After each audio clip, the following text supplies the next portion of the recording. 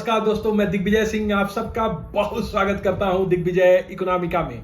कैसे हैं आप लोग, कैसे चल रही है आपकी जीत की तैयारी।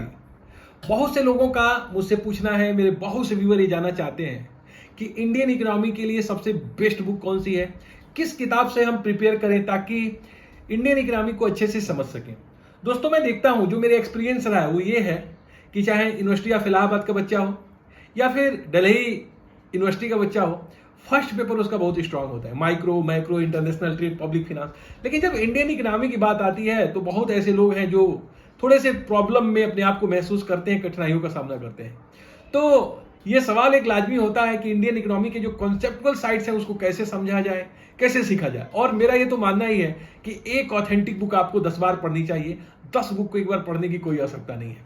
तो नो डाउट मेरे माइंड में अगर आप जो ही बोलते हो इंडियन इकोनॉमी की द बेस्ट बुक कौन सी है, तो वो बुक आती है डॉक्टर एस.एन. लाल साहब की भारतीय अर्थव्यवस्था। दोस्तों, मैं आपसे बताना चाहूंगा कि एस.एन. लाल साहब की भारतीय अर्थव्यवस्था सर्वेक्षण और विश्लेषण 2022 का नया संस्करण आ चुका है और नया संस्करण मुझे मिल भी चुका है। इसके लिए सर को बहुत बहुत आभार। और आप यहाँ पे देख रहे हैं कि मेरा भी फोटो है और सर ने मुझे यहाँ पे स्थान दिया है, इसके लिए मैं सर का बहुत बहुत आभारी हूँ।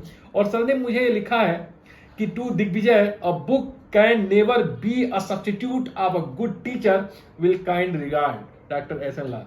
सर, आपको बहुत बहुत आभार, बहुत बहुत धन्यवाद कि आप मुझे एक अच्छा टीचर मानते हैं। लेकिन मैं सदैव ही आपको अपना गुरु मानता हूं, सदैव ही अच्छा टीचर मानता हूं और मुझे आप हमेशा इंस्पायर्ड करते हैं कि मैं अच्छा काम कर सकूं, अच्छा शिक्षा लोगों तक दे सकूं। लेकिन इसी क्रम में जो ये भारतीय अर्थव्यवस्था की बुक है ना, इसकी कोई सानी नहीं है। दिल की बात बताऊं, कई बार मुझे लगता है कि इंडियन इकोनॉमी पे मैं एक बुक लिखूं, लेकिन जब भी ये माइंड में बात आती है और जब मैं इस बात को और ज्यादा पुख्ता करना चाहता हूं तो ये किताब मेरे सामने आती है और मुझे लगता है कि एस.एन. लाल साहब की इस किताब का सब्स्टिट्यूट लिखना मेरे बस की बात नहीं है, ये मुझसे हो नहीं पाएगा। और बार बार मैं शस्त्र डाल देता हूं। तो गुरु के सामने नतमस्तक होना बहुत अच्छी बात है, लेकिन इससे आप उभर के बाहर आ जाओ, इससे अच्छी बुक ले लो, लिख लो, इतना आसान नहीं है। इस समय मेरे लिए नहीं, किसी के लिए भी इतनी आसान काम नहीं होगी। सर एक मील का पत्थर छोड़ के जाएंगे मुझे लगता है, और इस किताब के बराबर की किताब लिखना भारतवर्ष में शायद ही किसी हिंदी मीडियम के टीचर के लिए इसको चैलेंज करना बहुत आसान नहीं होगा, जहां तक मेरा एक्सपीरियंस है।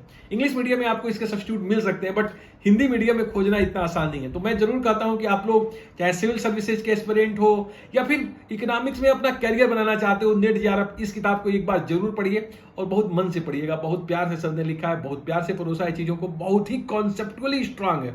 आपको इसमें एग्रीकल्चर में भी कॉन्सेप्ट मिलेगा, इंडस्ट्री में भी कॉन्सेप्ट मिलेगा, international trade, balance of payment, money supply, इतने कॉन्सेप्ट है बेहतर कि इस किताब को आपको 10 बार पढ़ने का मन करेगा। तो मैं आपसे यही कहता हूं कि इंडियन इकोनॉमी में अगर आपको प्रॉब्लम है, आप हिंदी मीडियम के स्टूडेंट हैं, तो इस किताब को जरूर पढ़िए। अगर आप इंग्लिश मीडियम के और हिंदी समझ सकते हैं तो भी आपको इस बुक को पढ़ना चाहिए, क्योंकि इसका कोई सब्स्टिट्यूट नहीं है। तो one of the best book of Indian economy, और इसके लास्ट वाले पेज पे सर ने मेरा जगह दिया है, इसके लिए भी मैं सर का बहुत बहुत धन्यवाद करता हूं।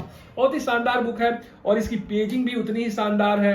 इसमें किसी तरह की कोई समस्या ही नहीं है दोस्त, इसको आप खरीदिए। यद्यप मैं इस किताब को कईयों बार पढ़ चुका हूं, फिर भी कुछ ना कुछ नया सीखने को मिलता है इंडियन इकोनॉमी के लिए। इसे मैं गीता कहूं, कुरान कहूं तो अच्छा ही होगा, और बहुत ही प्यारा पुस्तक और बहुत ही कॉन्सेप्टुअल। तो आप लोग इसको एक बार जरूर देखिए। Thank you so much for watching Digvijay Economica. God bless you dear friend.